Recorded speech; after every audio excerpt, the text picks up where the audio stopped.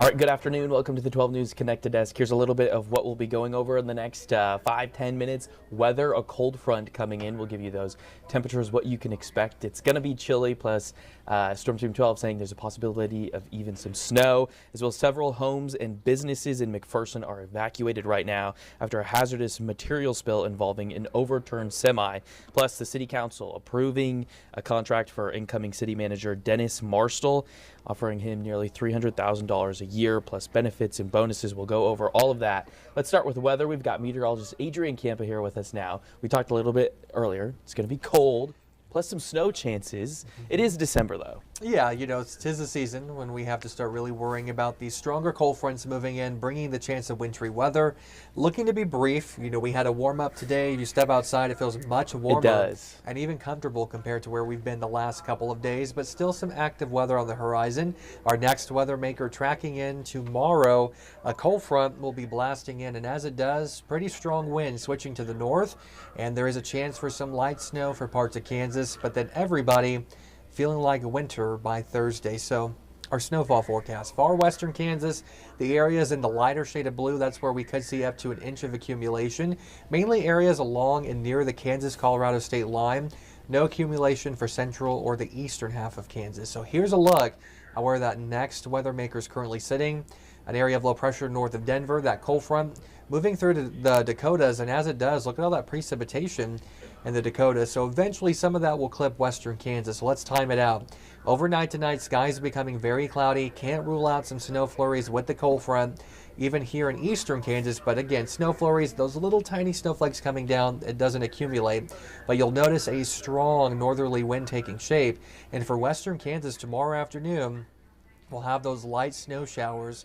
Not really going to see heavy impacts from this winter weather event. However, with the gusty winds, some low visibility from time to time will be possible out in western, which could allow, for a couple slick spots out there.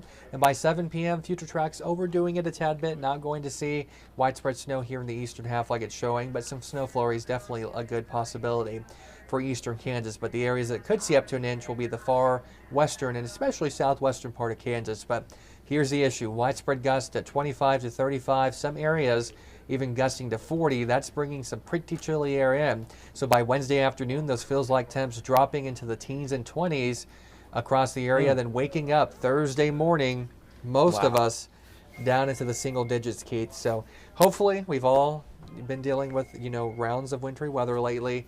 You have the heavy winter gear handy. The system pushing in is a low impact winter weather event, so not going to cause too many headaches. If you're hoping for school cancellations, I'm telling you right now, not likely.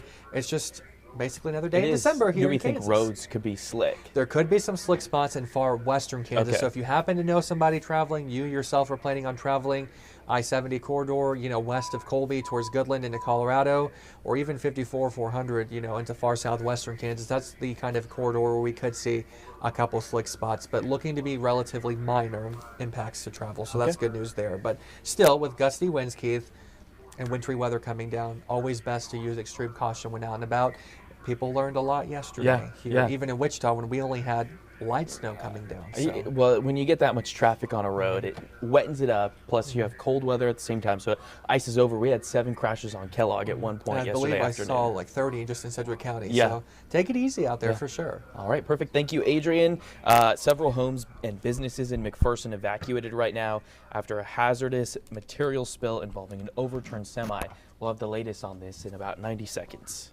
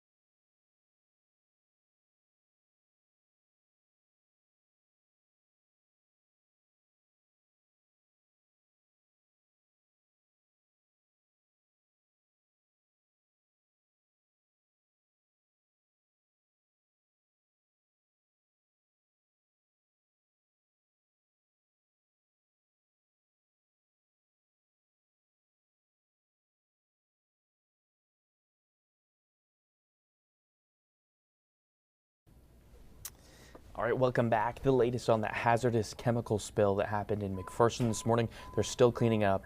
Several businesses and homes in McPherson evacuated right now after that spill. It involved an overturned semi. We have some video from the scene here for you. It happened just after 9 this morning near Kansas Avenue and US 81. That's when crews arrived. They found the truck leaking hydrochloric acid. The driver did get out safely and was not hurt. The fire department says the semi was hauling about 34,000 pounds of the chemical. Officials have not confirmed how much of it actually spilled, though. McPherson's hazmat team, they're trying to stop the chemical getting into the storm drains right now. An environmental cleanup contractor on the way to handle removal of the hazardous material. They're coming in from Kansas City, so it took a couple hours for them to get there.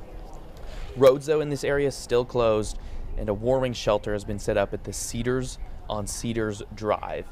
Also today, the City Council approving a contract for incoming City Manager Dennis Marstall. They're offering him $298,000 a year plus benefits and bonuses covering part of car costs and cell phone bills. The vote was not unanimous. Council members Brandon Johnson and Mike Hoheisel voting against the contract and pushing to restart the hiring process. Johnson cited concerns with how the selection was handled. The council did approve the deal 5-2. Ending an 8-month search to replace retiring city manager Bob Layton. Marshall comes from Lancaster County, South Carolina, where he's been county administrator for a couple of years since 2021. Before that, he was in Manhattan, Kansas as the assistant city manager. His salary, though, Marshall's salary will make him the highest paid city employee.